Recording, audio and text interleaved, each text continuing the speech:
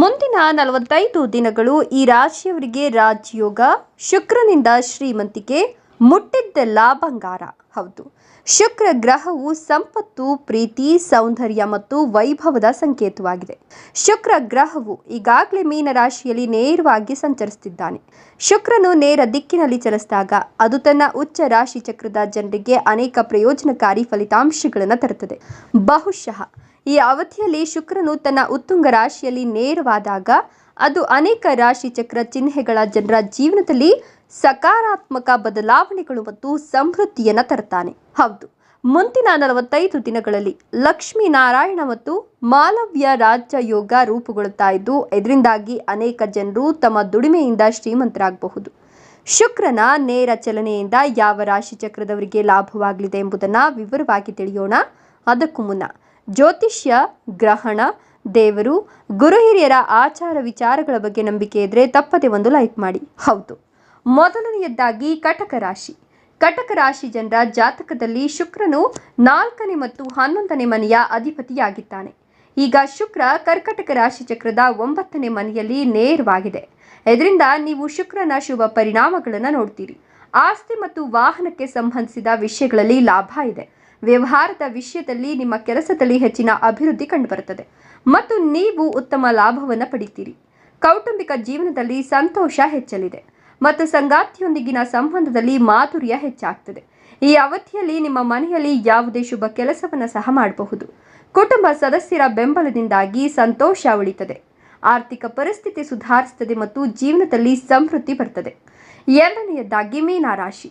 ಈ ರಾಶಿ ಚಕ್ರದ ಜನರಿಗೆ ಶುಕ್ರನು 3ನೇ ಮತ್ತು 8ನೇ ಮನೆಯ ಅಧಿಪತಿ. ಶುಕ್ರನು ಈಗ ಮೀನ ರಾಶಿಯ ಮೊದಲ ಮನೆಯಲ್ಲಿ ನೇರ ಪ್ರವೇಶ ಮಾಡಿದ್ದಾನೆ. ಇದು ನಿಮ್ಮ ಜೀವನದಲ್ಲಿ ಸಕಾರಾತ್ಮಕ ಬದಲಾವಣೆಗಳನ್ನು ತರುತ್ತದೆ. ಈ ಜನರ ಆತ್ಮವಿಶ್ವಾಸ ಹೆಚ್ಚಾಗ್ತದೆ. ಪ್ರಮುಖ ಕಾರ್ಯಗಳಲ್ಲಿ ಅಡೆತಡೆಗಳಿದ್ದರೆ ಅವುಗಳನ್ನು ಈಗ ತೆಗೆದುಹಾಕಿದ್ರೆ ಜೀವನದಲ್ಲಿ ಯಶಸ್ಸು ಸಾಧಿಸಬಹುದು. ಶುಕ್ರನ ನೇರ ಚಲನೆಯಿಂದಾಗಿ ನಿಮ್ಮ ಆರ್ಥಿಕ ಸ್ಥಿತಿಯು ಬಲಗೊಳ್ಳಬಹುದು ಮತ್ತು ಆರ್ಥಿಕ ಬಿಕ್ಕಟ್ಟಿನಿಂದ ನಿಮಗೆ ಪರಿಹಾರ ಸಿಗ್ತದೆ. ಕುಟುಂಬ ವಿಷಯಗಳಲ್ಲಿಯೂ ನೀವು ಸಕಾರಾತ್ಮಕ ಬದಲಾವಣೆಗಳನ್ನು ನೋಡಬಹುದು. ಮೂರನೆಯದಾಗಿ ಧನುರಾಶಿ. ಧನುರಾಶಿಯವರಿಗೆ ಶುಕ್ರನು 6ನೇ ಮತ್ತು 11ನೇ ಮನೆಯ ಅಧಿಪತಿಯಾಗಿದ್ದು, ಈಗ ಶುಕ್ರನು ಧನುರಾಶಿಯಲ್ಲಿ 4ನೇ ಮನೆಯಲ್ಲಿ ನೇರವಾಗಿದ್ದಾನೆ. ಇದರಿಂದ ನೀವು ಶುಭ ಫಲಿತಾಂಶಗಳನ್ನು ಪಡಿತೀರಿ. ಜೀವನದಲ್ಲಿ ಸಕಾರಾತ್ಮಕ ಬದಲಾವಣೆಗಳು ಕಂಡುಬರ್ತವೆ. ಈ ಅವಧಿಯು ಪ್ರೇಮ ಜೀವನಕ್ಕೂ ಉತ್ತಮವಾಗಿರ್ತದೆ. ಕೆಲಸ ಮಾಡುವ ಜನರು ಕೆಲಸದಲ್ಲಿ ಎದುರಿಸುತ್ತಿರುವ ಅಡೆತಡೆಗಳು ದೂರವಾಗಲು ಪ್ರಾರಂಭವಾಗ್ತದೆ ಮತ್ತು ಈ ಅವಧಿಯು ನಿಮ್ಮ ಕೆಲವು ಆಸೆಗಳು ನೆರವೇರುತ್ತದೆ. ನೀವು ಆಸ್ತಿ ಅಥವಾ ವಾಹನವನ್ನು ಖರೀದಿಸಲು ಒಳ್ಳೆಯ ಸಮಯ ಇದೆ. ಹಣದ ಕೊರತೆಯಿಂದಾಗಿ ನೀವು ಸಮಸ್ಯೆಗಳನ್ನು ಎದುರಿಸುತ್ತಿದ್ದರೆ ಇದು ಪರಿಹಾರವನ್ನು ನೀಡುತ್ತದೆ ಮತ್ತು ಆರ್ಥಿಕ ಲಾಭವನ್ನು ಪಡೆಯುವ ಸಾಧ್ಯತೆ ಇದೆ. ನಾಲ್ಕನೆಯದಾಗಿ ವೃಶ್ಚಿಕ ರಾಶಿ. ವೃಶ್ಚಿಕ ರಾಶಿ ಜನರಿಗೆ ಶುಕ್ರನು 7ನೇ ಮತ್ತು 12ನೇ ಮನೆಯ ಅಧಿಪತಿ. ಈಗ ಅದು ವೃಶ್ಚಿಕ ರಾಶಿಯ 5ನೇ ಮನೆಯಲ್ಲಿ ನೇರವಾಗಿದೆ. ಶುಕ್ರನ ನೇರ ಚಲನೆಯು ನಿಮ್ಮ ಜೀವನದಲ್ಲಿ ಉತ್ತಮ ಬದಲಾವಣೆಗಳನ್ನು ತರುತ್ತದೆ. ಪ್ರೇಮ ಜೀವನದಲ್ಲಿ ಸಂತೋಷ ಇರುತ್ತದೆ. ಉದ್ಯೋಗ ಮತ್ತು ವ್ಯವಹಾರ ಮಾಡುವ ಜನರು ಉತ್ತಮ ಲಾಭವನ್ನು ಪಡಿತಾರೆ ಮತ್ತು ತಮ್ಮ ಕೆಲಸದಲ್ಲಿ ಯಶಸ್ಸನ್ನು ಸಾಧಿಸ್ತಾರೆ. ಮನೆ ಮತ್ತು ಕುಟುಂಬದ ವಾತಾವರಣವು ಆಹ್ಲಾದಕರವಾಗಿರುತ್ತದೆ ಮತ್ತು ಜೀವನದಲ್ಲಿ ಸಂತೋಷವೂ ಬರುತ್ತದೆ. ಶುಕ್ರನು ಮೀನ ರಾಶಿಯಲ್ಲಿ ನೇರವಾಗಿ ಚಲಿಸೋದ್ರಿಂದ ನೀವು ಎಲ್ಲ ಕ್ಷೇತ್ರಗಳಲ್ಲೂ ಉತ್ತಮ ಫಲಿತಾಂಶಗಳನ್ನು ನೋಡ್ತೀರಿ. ಈ ಅವಧಿಯಲ್ಲಿ ನೀವು ಕೆಲವು ಒಳ್ಳೆಯ ಸುದ್ದಿಗಳನ್ನು ಕೇಳ್ತೀರಿ. ಐದನೆಯದಾಗಿ ಕನ್ಯಾ ರಾಶಿ. ಈ ರಾಶಿಯವರಿಗೆ ಶುಕ್ರನು 2ನೇ ಮತ್ತು 9ನೇ ಮನೆಯ ಅಧಿಪತಿ. ಈಗ ಶುಕ್ರ ಕನ್ಯಾ ರಾಶಿಯ 7ನೇ ಮನೆಯಲ್ಲಿ ನೇರವಾಗಿ ಚಲಿಸಿದ್ದಾನೆ. ಇದು ವಿವಾಹಿತರ ಗೃಹ ಜೀವನದಲ್ಲಿ ಸಂತೋಷವನ್ನು ತರುತ್ತದೆ.